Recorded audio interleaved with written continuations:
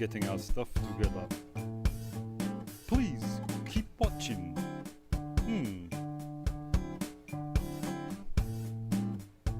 Good to see you're still here. Very good. I promise the show will be fantastic. Yes.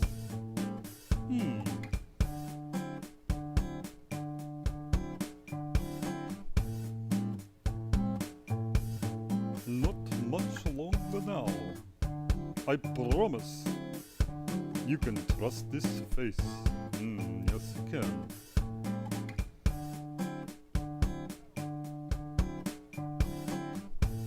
You're being very patient, and we like that.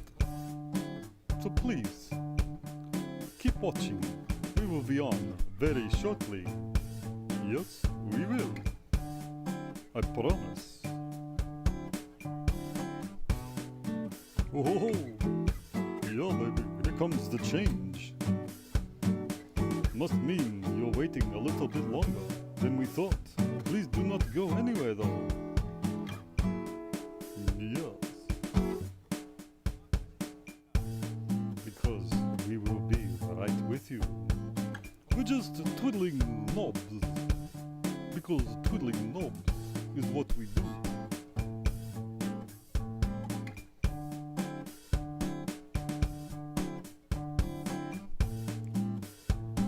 You have been very patient.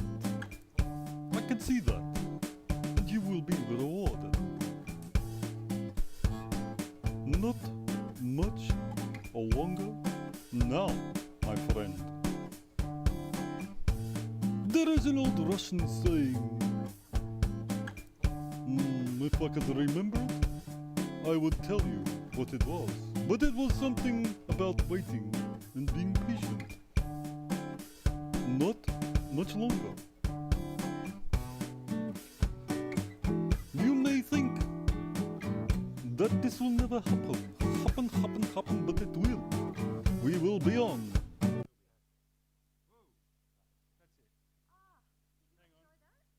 Here we go. And we're on. And we're on. Hello, welcome to Get Go today. Thank you. No, that was our yeah, that was the opener for today because I didn't think enough further ahead to do both. Okay. So thank you for watching that 3-minute Vladimir Putin opener, which the dulcet tones of your voice. Yeah. That's me. Anyway, welcome guys. It's so lovely to have you again today. Your company, Jamie, Bernie, Penny, we're on. of course. It's playing. And, Susie's checking. We have the beautiful, very professional. We have the beautiful Susanne Latimore here from Sky News anchor and speaker. And it is such a pleasure, Susie, to have you on Get Go. Thank you for coming. It's very exciting. It is. You like what we're doing here? It's a brave new world, and it's it's clearly the way of the future. The kids are into it. And they're the future, so we're seeing a lot more of it. Yeah, why should the kids have it?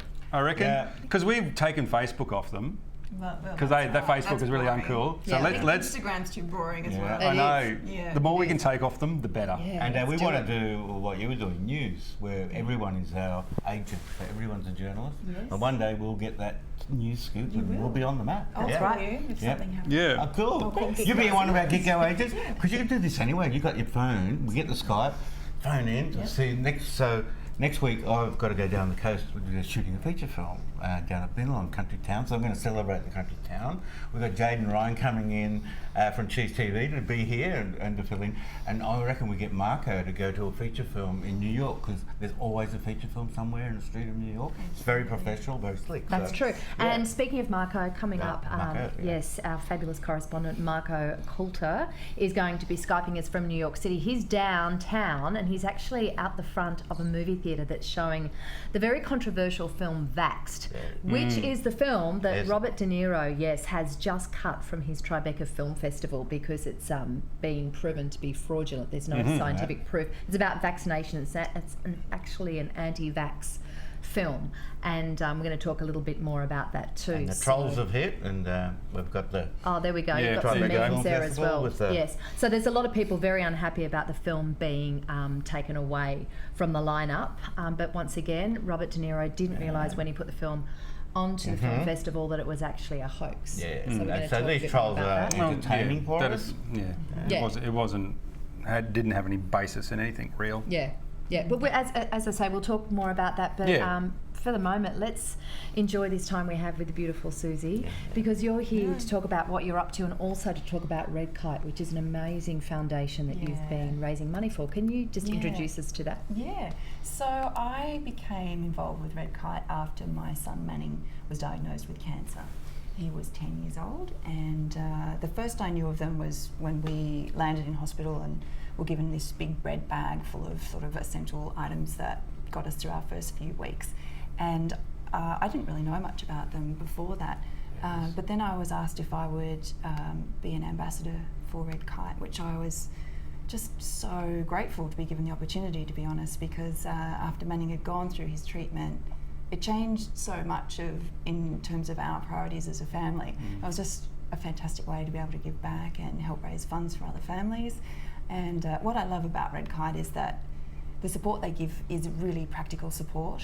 They'll pay for petrol money or for groceries, whatever families in crisis need at the time, they are there to provide, and it's ongoing. So they have scholarships for kids who miss school, and they have counselling for kids and also for families, even grandmas and grandpas who often end up babysitting the other kids and have to, so it's a whole family crisis when a kid is diagnosed, and Redkite looks after the whole family. So there must be a big bunch of volunteers there? They do actually. Every function they have just dozens of volunteers who give up their time. It's a no-brainer really, you know, kids and cancer, and a super practical charity that is there to support them. It's lovely to be involved with an organisation that is so well thought of. I bet, and when you're going through such a traumatic and distressing period in your life, to have that kind of practical help must just be a sigh of relief. You know? It and just knowing that people understand and they're so targeted in what they provide that you know that they do really get what it is that you're going through. It's a very isolating experience being in the hospital, especially if you have no experience with illness previously. I'd never been in hospital apart from having my babies, and although there are other parents there whose children are sick, you have to be very, very careful about conversations, because you don't know how sick their child is. You don't really know how much to share about your journey, and so as much as you appreciate that they are there and you can have a little chat in the common room, you can't really forge close links because it's just too personal and too dangerous to really ask those questions. So everybody's very careful, because unfortunately, as much as the statistics have improved, and about 85% of kids these days who are diagnosed with cancer will survive. Yeah, that's an amazing thing. It's a pretty good figure. We used to think of cancer as a death sentence. We did, and the treatments are getting better and better all the time. But there's still, when you look around the clinic, and there might be 25 kids, and you think, they're not all going to make it. Yeah, that's right. There's still too many that don't survive. That's true. And can you tell us about the amazing cycling that you did? Did you leave from Barara in Sydney to just North north of Sydney? Yes. So my sister's a nurse, and when we were in hospital, she felt very powerless. She couldn't help us. And so she and two other friends who were nurses decided they would do something. So they set up this little fundraiser, and it was 3 girls, 3 days, 300 Ks. And the reason it was that's too many Ks. They went to Foster because it was 300 Ks away, but also my family's from the area. My son's called Manning, and it's the Manning Valley up there. Right. So that was just a nice tie-in. So they did that the very first year, just the 3 of them, with a couple of utes, literally. And I think they raised about $12,000, which was pretty amazing. Great. And then this year, after a fair bit of organisation, and the Northwestern Sydney Cycling Club came on board, we had 18 riders. We had a motorcycle motorcade from some beautiful... Motorcycle is a good... There's pictures of you here riding. Oh, there you are. Yeah, looking fit. Oh, I really did put the hard yards in, I have to tell you. I was terrified. I was very scared. So were you a cycler before? No, I hadn't been on a bike since, I was a kid, to be honest. So Wow. I And had. is this your sister? That's actually. Oh, sorry. That's Jenny Seaton, who's I'm Redkite's not really good at CEO. this. Oh, okay. But we do look alike in that photo. You do look Yeah. Okay, Yeah, we're just going to go through all your photos. Okay, let's check her Is that out. all right? Is that okay? Your Welcome Wi-Fi to the in world. house. Yeah. That's right. Yeah. So Investigate. I had 9 weeks training before getting on the bike. Oh, wow. And my sister was confident I could do it, and I took that from her and thought, okay, if she has faith in me, I can do it. I don't know how I did it, to be honest. I mean, it was a long way, and most of the cyclists have been doing distances for years. Wow. But the adrenaline that I had from all those beautiful people just being involved and so generous, not just with fundraising, but with me personally, encouraging me along and, you know, saying, just look at my wheel, don't look up the hill, just look at my Look at wheel. my wheel. Just look at my wheel. My Just- wheel. and I will get you up the hill. The vision of the hill's going to kill you. Don't I look think. at the hill, or whatever you The do. wheel will save you. Yeah. You know, it's in times like this, and you hear stories all the time when the best of human capacity for love It's so and true. It's so true. And I think we forget, we know that, but Yeah. then when we get back into our little ruts and we all have them, our routines, Yeah, we you get cranky, forget. yeah. But you bring people together and there's just magic and power in it. And it's such a beautiful thing to be a part of. And how's Yeah. Manning doing these days? He's great, I'm happy to say. Oh, So yay. he's now 12 and he's in high school and he plays soccer and he's loving it. And if you saw him, you just wouldn't believe that he was ever really, I mean, he could very easily have not survived. He had a very rare cancer called a sarcoma that was inside his chest. It was the size of a rock melon. Wow. So we didn't Wow. even know For a until the little kid, surgeons that's went in how bad it was. And so the thing they needed to do was to remove that with a clear margin so there was no cancer cells left behind.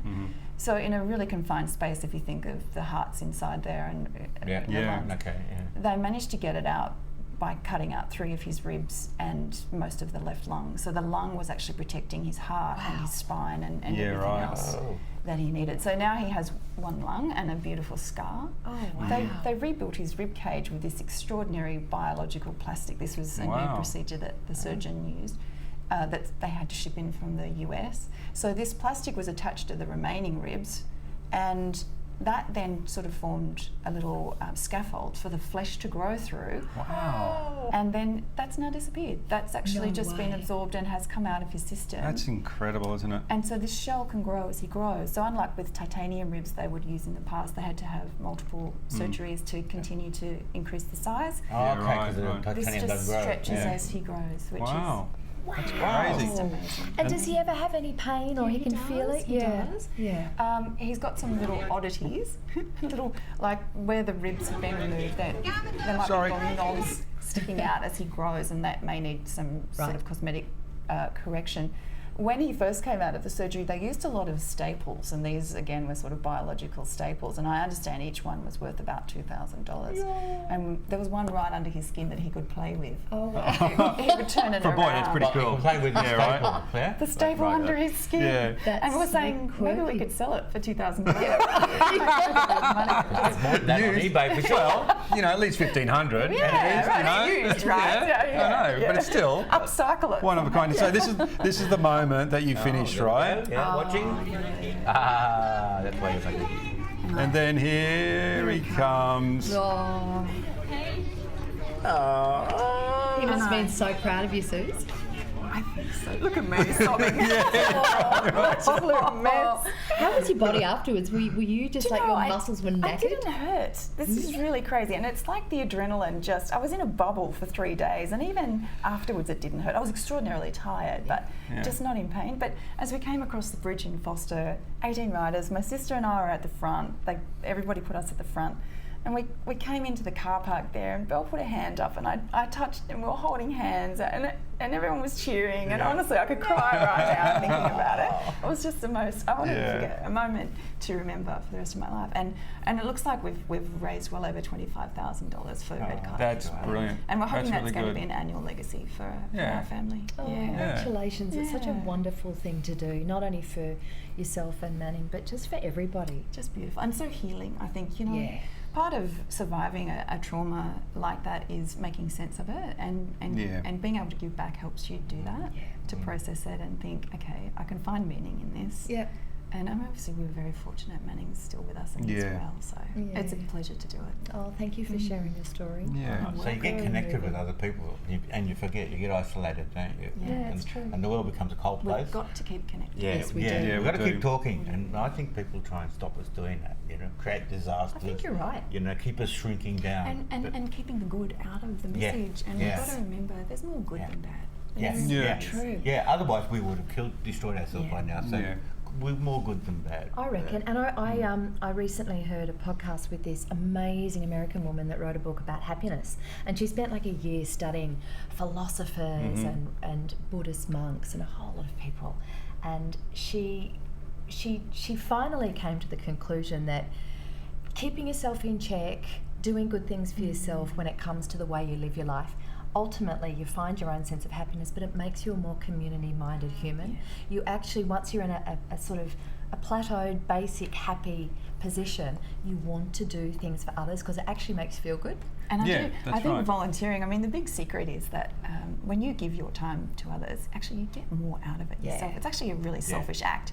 Yeah. It's what 'Cause you comes feel back to you the in feel-good. self-esteem Yeah. and just satisfaction. Yeah. And people, changing their lives in whatever way you can. It's a wonderful. Oh, Here we okay, go. here's Marco. That was good timing, Oh, we wasn't got it? someone in New York. Yes, Marco Coulter, New York City. You're downtown. Are you trained up? Hello, Marco. Okay. Hello, Marco. Can you hear me? Yeah, we can hear you. We can hear you and see you. Do you You want look to good. Okay. look a little? Yeah. Hello, Marco. We can't really see your eyes though. A bit like the Unabomber. Yeah. You look like the Unabomber. Oh, there you It's go. just the freezing point here. We're here. G'day, get go. We're here in New York City. Yep. And you're at a cinema at the moment, Marco, that's playing Vaxxed. Coming out of here. You can't hear? Oh. Oh. So we've got a side tech. We're live. We're going to hang We can up. come back. To you in about Okay, 30 seconds. beautiful. Okay, Thank well, you, Okay, Marco. let's do that. Anyone We've rehearsed this coming back business. Absolutely. Anyone that's just tuned in, we've got Marco Coulter, our New York correspondent, who is at the movie Yep. theatre that's Yep. playing Vax, the controversial film. Somebody's just texted in, Stuart Dawson, mate, you come down here and put up yourself. Stewie. I know Stewie. He said pet up or get me to trim my nose hair. Head up. Look, oh no, Dolly. There we go. You look beautiful. Oh, cool. Here's As the Dolly. always. I remember when I first saw you on Sky News, and my I Lord, remember, that's a long time ago. no, but I remember thinking to myself, and I'm complete honesty, hand on heart, Susanne is the most beautiful looking anchor I have ever You seen can't in be, my life. you can't be made see? ugly, so. It's yeah. true. Yeah. It's true. I remember thinking Stop. she is Yes. absolutely exquisite. How from the could a beautiful newsreader Penny. be so beautiful and so intelligent? It's true. Oh, darling. Oh. It's true. How Still intelligent. gorgeous. Well, Yeah, yes. so Robert De Niro has pulled the movie Vaxxed from the Tribeca Film Festival lineup. Originally, it's an anti-vaccine film, and Yes. originally he thought it was great. Once he did a bit of research, consulted with some scientists, he realised that it was basically yeah. So, We've got a lot of friends on Facebook who actually believe that vaccine causes autism, but it's not true. And this guy's that's still right. promoting it. He's and talking I have about it. You've got a good story. I've got a Jamie. good story about it. Jamie, Oh, here we say go. that story. Hold that Have a story. look. Here's Marco. Come This is on, live, Marco. everybody. Stuart Dawson. Here we go. Hey, Marco. Yeah, here he is. We got New you. York. I know you guys get to sit comfortably inside your Oh, little, yeah. inside your little studio. Yeah, there. yeah. Marco, We Marco. live in the real world. Marco, What? sucks to be you. Okay? Yeah. We'll look pay at you that. one day, Marco. We promise. So Marco, you found someone that's playing the film. So we have. So okay, let's I'll shut up. move on to the vaccinations a little bit, quite briefly. Yeah. But first, hi Susanne, and that was a great story, Oh, mate. yeah. Ton of stuff. And he's One watching it from thing, New York. if I can, scars are cool. I had a lump come out of my hand here. I think it was a non-cancerous lump. But it left me with this nice scar like this. It's just the right size for a knife wound. Awesome.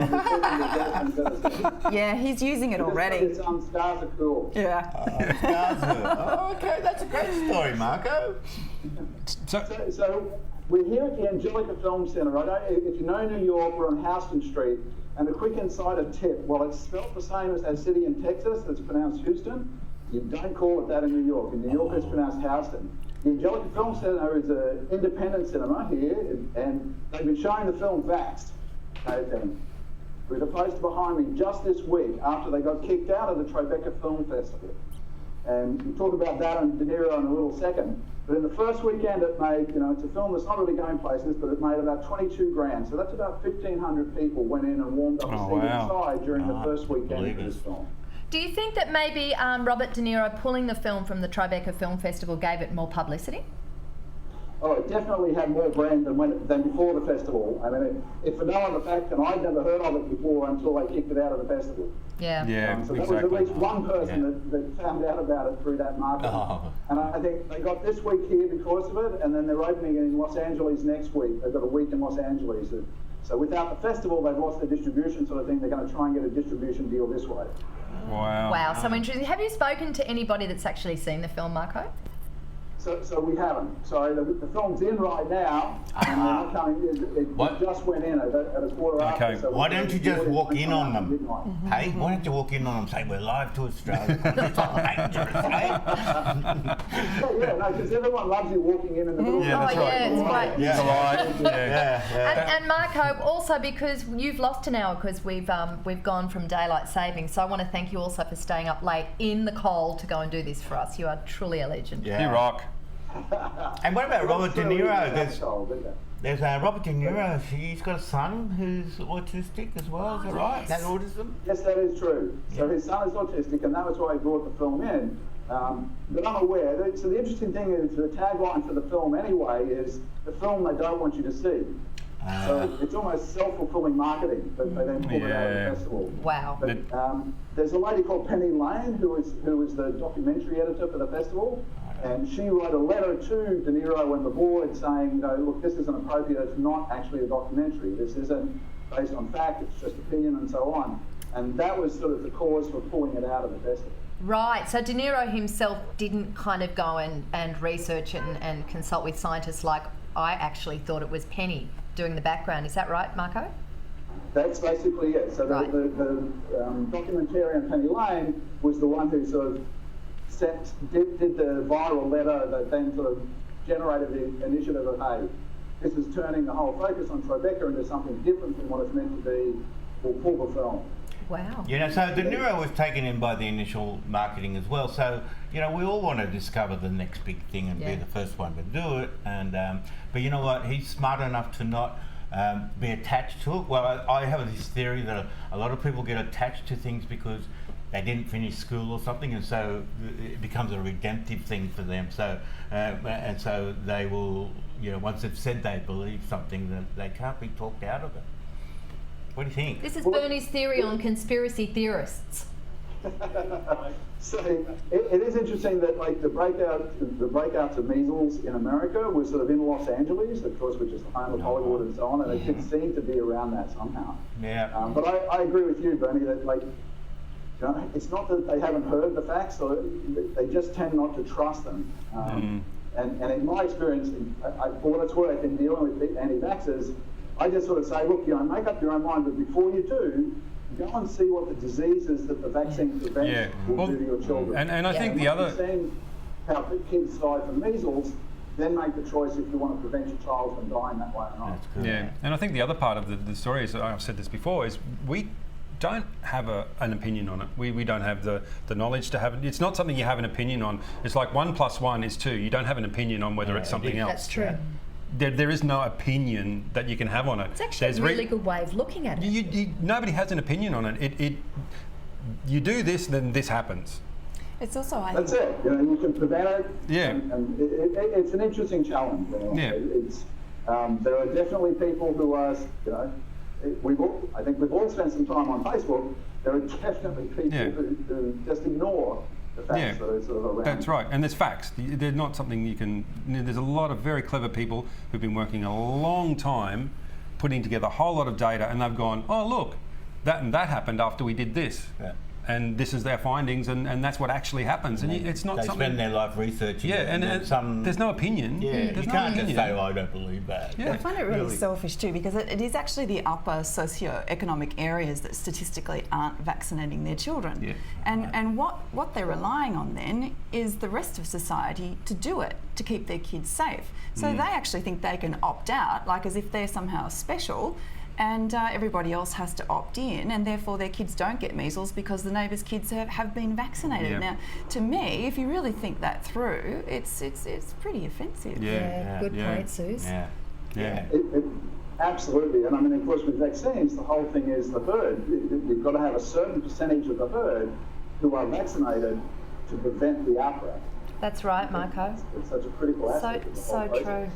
Now, while you're standing there, will you give us another minute or so? Because if you don't mind, I want to check what the mood is like in the States at the moment with the tax haven exposure of the Panama law firm that basically was finding all these tax havens offshore for the rich and wealthy all over the world. What's the vibe there, Marco? So the funny thing is that it got pretty much ignored today in the news. No. And I don't know what a whether surprise. and they just didn't catch on to it. But I actually was researching it today in case it came up, and I went to the CBS, the CNN, the Fox, the Sky News, and the ABC. Not the Australian Broadcasting Commission, but the American one. And on each of their web pages, this was not the top story. The top story was just sort of procedural stuff around the election and things like that. This was buried further down, and I think the main reason is that at this stage they haven't found an American yet. It's not a story about That's true, though. Where the hell is Iceland? You can't find Iceland. Yeah, right. Okay, push it down the page. It'll come. So it hasn't really taken off here yet, Penny. We haven't seen the story yet. Interesting. But conservative media there anyhow is kind of in cahoots, and they're not going to be interested in finding anything out because they'll lose some of their campaign funding for ads. And that's apparently very, very lucrative. What I find extraordinary about this story, though, is that so many journalists coming together. Oh, sorry, go ahead. Yeah. Sorry, Marco, I'm cutting across you there, but the fact that they actually worked together on it and kept it secret for so long while they found their angles and made sure they had their research right before they went public with it. I've not seen that done in journalism before. You correct me if any of you have. It's old-fashioned investigative. It's fantastic. It's exciting. Collaborating in that way and between rival agencies. I mean, in different countries, but even so. I just got excited. What would we do without these journalists who weren't out there digging? Real journalists. Real journalists. Well, that's the amazing thing, right? It's a German newspaper, like not even a major newspaper in Germany, but a secondary newspaper. I mean, did you ask Susanne about this? About how is it in Australia? Is this a big deal? Were any Australians found in it? Yes, there have been some Australians found in it. Apparently, Wilson Security, the guys that run. I didn't realise Wilson Security actually run security for detention centres, detention centres, and they've actually been named, as well as a lot of Australians. Apparently, there was I heard a whole lot of things on the news. There's going to be a lot more to come, I think, on this one. They're still working through the details. Yeah, but it's exciting. I find it exciting because for me, it's like what you were just saying, Susanne. It's like, thank goodness things are being uncovered, and that's what I love about what we're doing here in new media. It's like people can actually come together, communicate, and try to get to the bottom of truth. And before, we were so in the laps of the big media barons who would just feed us what they wanted in governments, and now people are actually coming together and uncovering the truth. It might be possible that we're going to uncover some news too with ordinary people reporting in. We want people to join and be Gitgo agents. But Marco's not ordinary. Marco's rocking. You are very Marco's first rocking. agent out Marco's there. freezing bloody cold. Okay, all right. Let you go. Marco, thank you so you, much, Marco. as usual. Yeah, you're the best. Awesome. See you, Marco. Hey, man. Guys, we'll keep listening live on the other broadcast. Awesome. Cool. See ya. Bye. And that proves we're global. So he's watching us in New York. So you can't do this with broadcast TV. Yeah. Right? Well, not unless you've got a lot of money and you've got, That's satellite right, link ups. But we've also got our lovely Damien in Japan as well. Try and get him. So we've got We're a few starting to people get a that network have now. started. And Bill McQueen. Hi, Bill McQueen. He lives in Hong Kong at the moment, and he's got a friend. He said he's got to come. He's got to be an agent, and he's one of the people who in the democracy movement. Yeah. So they're doing constantly. People think it's gone away, but it's constant civil disobedience, and it's like so. Yeah, this is good for us. This is the sort of thing we want to do. We want to be some sort of active, involved. well, we get informed because Yeah. we don't. Inform and tell stories and help other people, Yeah. facilitate other stories. But I'm really interested in the journalists coming together, as you say, and fascinating. actually exposing this. Yeah. You can be part of this. And putting so much work into it, though. I mean, there's so much a focus on just wrapping out stories these days, and there's not so much investigative work done. You don't get long form type of news much anymore because our attention spans have gotten smaller and smaller. But to see so many journalists coming together and putting years of work into this is really makes me feel a lot better that the industry is solid and let's hope they keep funding these it's a very people. variable thing. You know, I just remembered, because you didn't remind me, remember when I was at Sky News, but one of my favourite stories when I was there, because you sit there and you do the story, 6 times a day, more than that, right? Oh, more. Right, half hour on, half hour off. It was actually easier back then. It's more tougher up there. There was a tough regime up there. I don't know if I could do it, but the story, there was this story came through about this chicken, right? And this chicken had got mad cow disease, and they think it got through the food. Right, and so you see, watch this story and you watch the pictures go through, and there's something wrong with this story, right? Yeah. And it was going to be 6 months before the genetic test could prove one way or the other, and so so there was footage of this farmer's farm, right? And there's like 500 chickens in a pen, and it says, so this is the chickens here, and the camera's following this particular chicken when it was healthy, right? And I said, there's the chicken when it was healthy, and then later on there's a picture of it. There it is up against you. It looked like can't walk, like someone fucked it. But, sorry, I had to say that because I saw that go. Now who gets a camera and zooms in on a chicken? Yeah, like watch the go, and this is. Yeah, because there's voiceover and everything, so it takes you follow it, something not adding up, then it hit me right on the last day. Right at the end of the day, I said, we'll never hear the end of that story, because who follows the chicken around with the camera? It's a hope. That's or the big farmer question. had a bit of a passion for Who follows the particular chicken? Yeah. But I'm sorry, I don't really get it. So what was it a hoax? Well, I think it's a love story. I think it was a love story. Yeah, that's the one. I think it was a love story. What, Yeah. Sky News actually put money into the filming? No, it came from Britain. Sorry. Oh, it came from Britain. So Okay, Britain, Sky News, and that's the okay. thing about most news now. It's really just repackaging. Yeah, it for that's local. true. That's true. So, yeah. Which brings me to the new legislation that's gone through about the chickens and what a free range chook and free range eggs are, and Oh, yes. you know, and it's Yes, really the definition. yes, and I'm really upset as a consumer of. I only very rarely eat meat.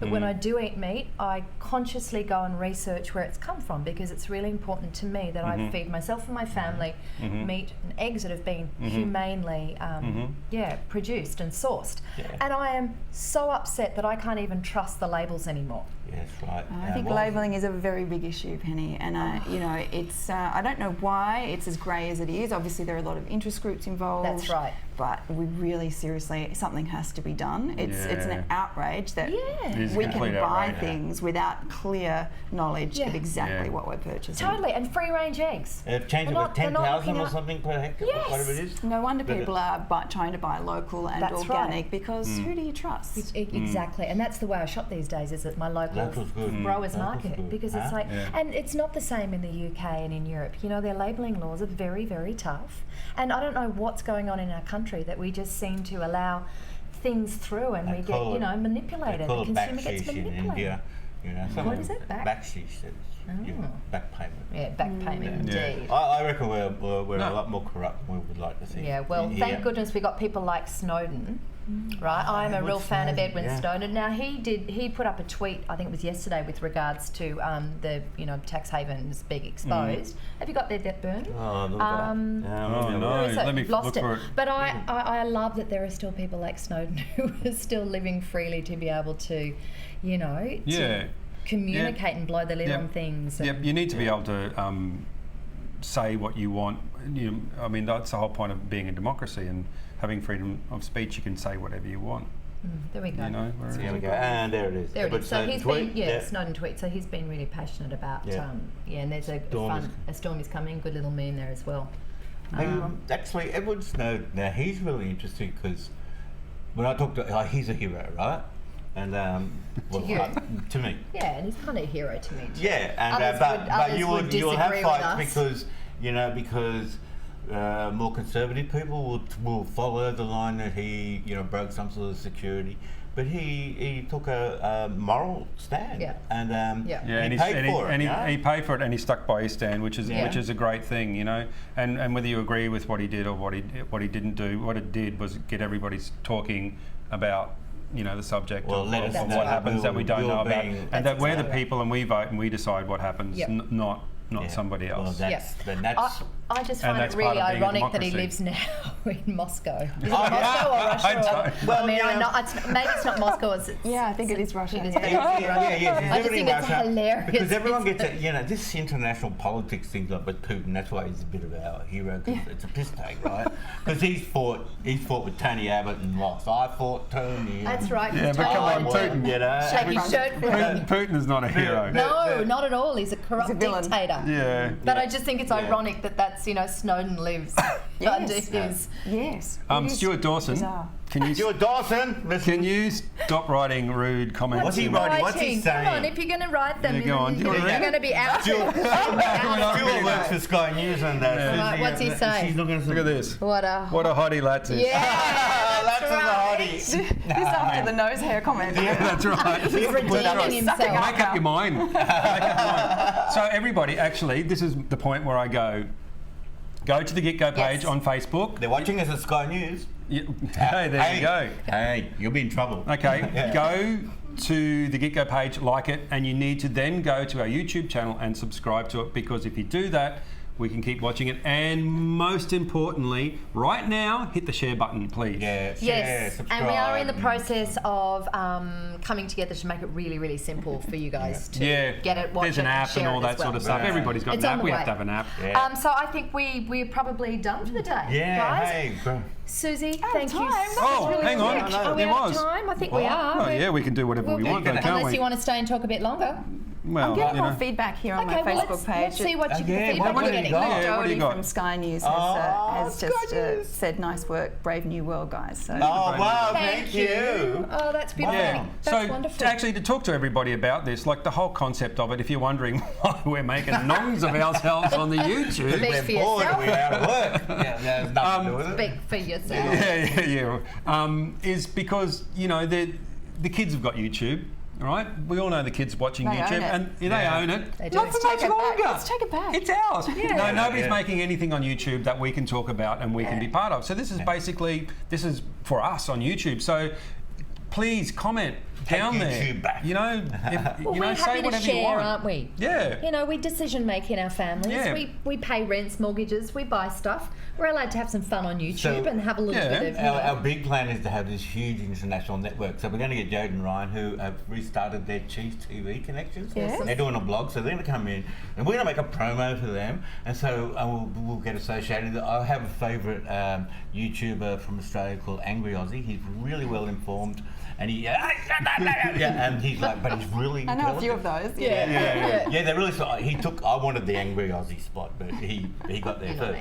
But he's really well researched and gets, and he's so happy that Tony Abbott's still in because he's the gift that keeps on giving. Yeah, right. This is such a good true. time, the politics in Australia, don't you think? I think world domination, guys. That's what you should aim for. Get go today, world domination. Benevolent world domination. Yes, that's right. Totally. From an absolute humanitarian sharing, exposing of the truth. Domination. There we go. All right. On that note, let's. And Redkite, please go to redkite.org.au. There's what it looks like there. There we go. So check them out, and if you've got $1 to spare, I can assure you it's going to go to a very worthy family. Yeah, so people just donate at Redkite? Yeah, donate to Redkite, and they're an amazing charity. So a very high percentage, about 97% of all funds go straight back to families. They run on a shoestring, so no fears there. Sounds so sweet. I mean, just paying for petrol, it's such a little, thing, but it would make a huge difference. Yeah, they say families are amazing, and so they say if we can support the family, they can support the child, and you can do it yourself. So Yeah. you're not relying on the government or anything Yeah. else. It's just that little bit of help you need to keep your family strong, Yeah. to recover, get Yeah. back out into it. Yeah. Wow. Oh, Yeah. thank you, Suze. Nice one. Oh, really good Thank to you have so much for doing this. Yeah. This is awesome. Come and hang out with us Yeah, anytime. and, Yeah. and you know, Love it. a really good thing for us to talk about too. Yeah, you know, really we important. joke around a bit, but you know, we've got to talk about Oh, it's meaningful so stuff too. important. Yep. Yeah. All right, guys, till next week. Ciao.